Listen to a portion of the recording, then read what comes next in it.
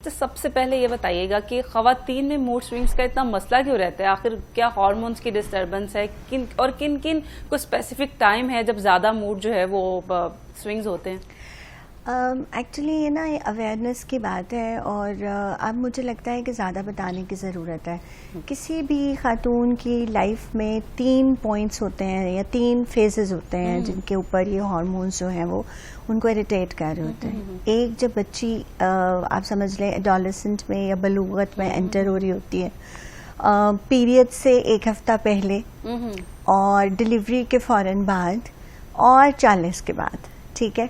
ये वो टाइम है जिसके अंदर मेरा ख्याल है कि ख़वातीन से ज़्यादा उनकी फैमिली को जानने की ज़रूरत होती है कि वो मूड चेंजेस या वही चीज़ें जो वो पहले जो बहुत तरीके से वो एडजस्ट करी होती हैं वही चीज़ें उन्हें इरिटेट करना शुरू कर देती हैं।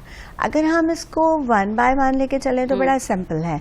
आप देखें कि एडोलेसेंस क्या है कि जब हार्मोन्स बच्चियों को पीरियड्स आने होते हैं तो वो एक पूरा सर्कल होता है जो चेंज हो रहा होता है और हार्मोन्स जो है ना ये they play up in a very different way. अच्छा, आपने देखा होगा अक्सर माएँ कह रही होती हैं कि ये जो लड़के भी इवन कि बच्ची जो 11-12 साल की चिड़चिड़ी हो गई है, ऐसा हसास हो गई है, छोटी छोटी बातों के ऊपर जो है वो इरिटेट हो जाती है, तो वो उसके बस में नहीं होता है because that's the hormones they are playing up till जब तक कि वो प्रॉपर 16-17 की हो नहीं जाती है।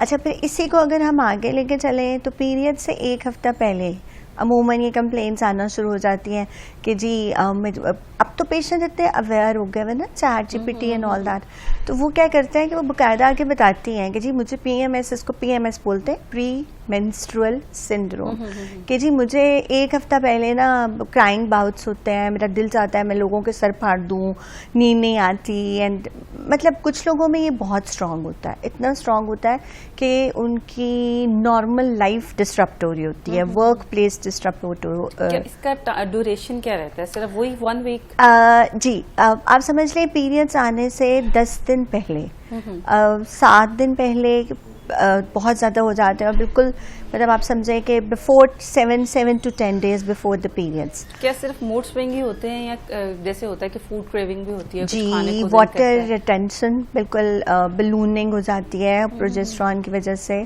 मूड स्विंग्स होते हैं, आपको ना क्रेविंग होती है शुगरी फूड्स की, यू वांट टू ईट मोर, और फिर क्राइंग बाउट्स होते हैं, स्लीप पैटर्न डिस्टर्ब हो जाता है, बहुत ज़्यादा ये चीज़ें होती हैं।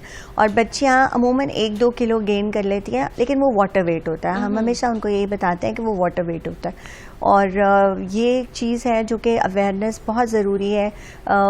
थोड़ी सी आप समझ लें कि अब वो ChatGPT आपको ये तो बता देता है, ये नहीं बताता कि ये नेचुरल है, तो इसमें बस फिर हम यही उनको बताते हैं कि काउंसलिंग है। आप देखो जैसे ही आपको पीरियड्स आएंगे तो ये चीज़ सॉर्ट आउट हो जाती है, तो that is how the hormones are playing up.